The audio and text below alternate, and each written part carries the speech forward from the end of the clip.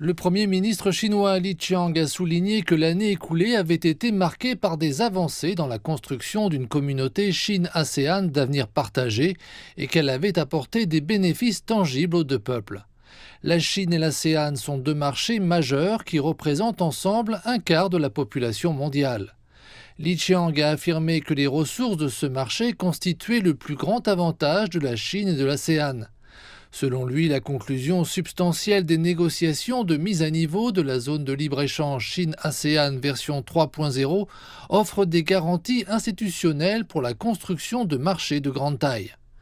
M. Li a annoncé que la Chine aimerait s'associer à l'ASEAN pour saisir les nouvelles opportunités de la révolution technologique et exploiter le potentiel de domaines tels que l'économie numérique et le développement vert.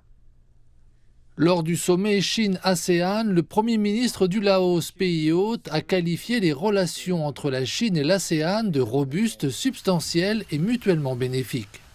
Il a rappelé que la Chine était le premier partenaire commercial de l'ASEAN depuis 15 ans et que l'ASEAN était le premier partenaire commercial de la Chine depuis 3 ans. La Chine est par ailleurs le troisième investisseur de la région.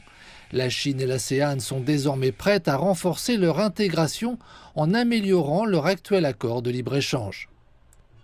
Le Premier ministre laotien Sonexay Siphandone a indiqué que le groupe de travail chargé des négociations sur la zone de libre-échange Chine-ASEAN avait récemment fait des progrès significatifs avec une conclusion substantielle des discussions et de souligner qu'un accord final était d'ailleurs prévu d'ici à 2025.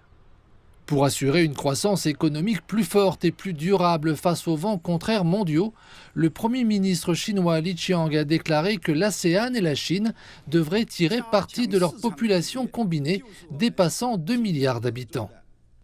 Le Premier ministre chinois Li Qiang a par ailleurs souligné que pour renforcer la coopération, il était essentiel d'améliorer la connectivité des marchés entre la Chine et l'ASEAN. Il a précisé qu'une intégration plus étroite des marchés permettrait de générer des effets bénéfiques sur l'échelle économique, facilitant ainsi l'agglomération industrielle et soutenant le développement. En marge des réunions principales, le Premier ministre Li a eu des entretiens bilatéraux avec son homologue australien. Les deux dirigeants ont mentionné qu'ils avaient le sentiment que les relations entre les deux pays s'amélioraient.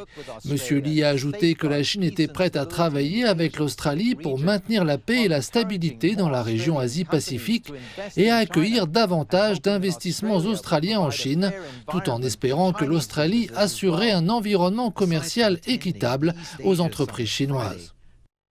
Outre sa participation au sommet de l'Asie de l'Est vendredi, le Premier ministre Li devrait avoir d'autres réunions bilatérales d'ici son départ pour une visite officielle au Vietnam samedi.